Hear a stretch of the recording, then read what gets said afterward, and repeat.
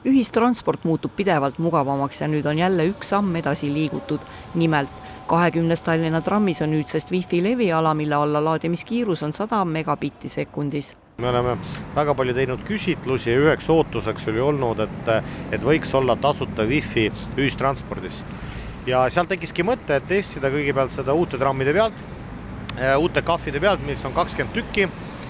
Ja praegu ongi selline testperiood, me vaatame kiiruseid, vaatame, kas kuskil on sellised pimedad nurki, kus võib-olla neid võib ära kaduda ja siis saame teha järeldused ja ma arvan, et kui see katse osutub õnnestunuks, siis kindlasti saab seda teenust ka laiemalt ühistranspordis võtta. Tallinna kindel suund on see, et inimene siiski eelistaks autole ühistransporti ja nii võib Wi-Fi tulla ka liinibussidesse, sest autos ju arvutiga tööd ei tee, aga ühistransport võimaldaks tulevikus veel enne tööpäeva algust juba asju korda ajada ja meilidele vastata.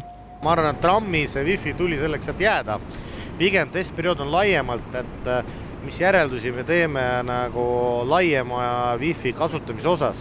Et seda me vaatame, et praegu mingi tähtaegu ei tahaks välja käia. Vaatame tõesti, kui sujuvalt see asi läheb.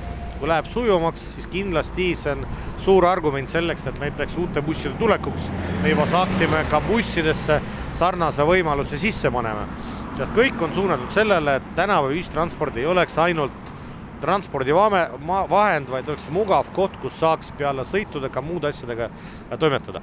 Lisaks on trammides Wi-Fi olemasolu väga turistisõbralik, sest meil ühendab lennujaama kesklinnaga ju just trammiühendus.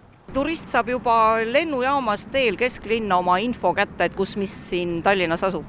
Täpselt ja ma arvan, et see on päris tugev argument, et selleks, et võib-olla tulevikus tulla veel kord tagasi Tallinnasse. Wi-Fi seadmete paigaldamist uutesse trammidesse alustati juba mullu augustis. Viimased seadmed paigaldati jaanuaris. Iga kasutaja allalaadimiskiirus sõltub trammi asukohast ning internetti üheaegselt kasutavate sõitjate arvust.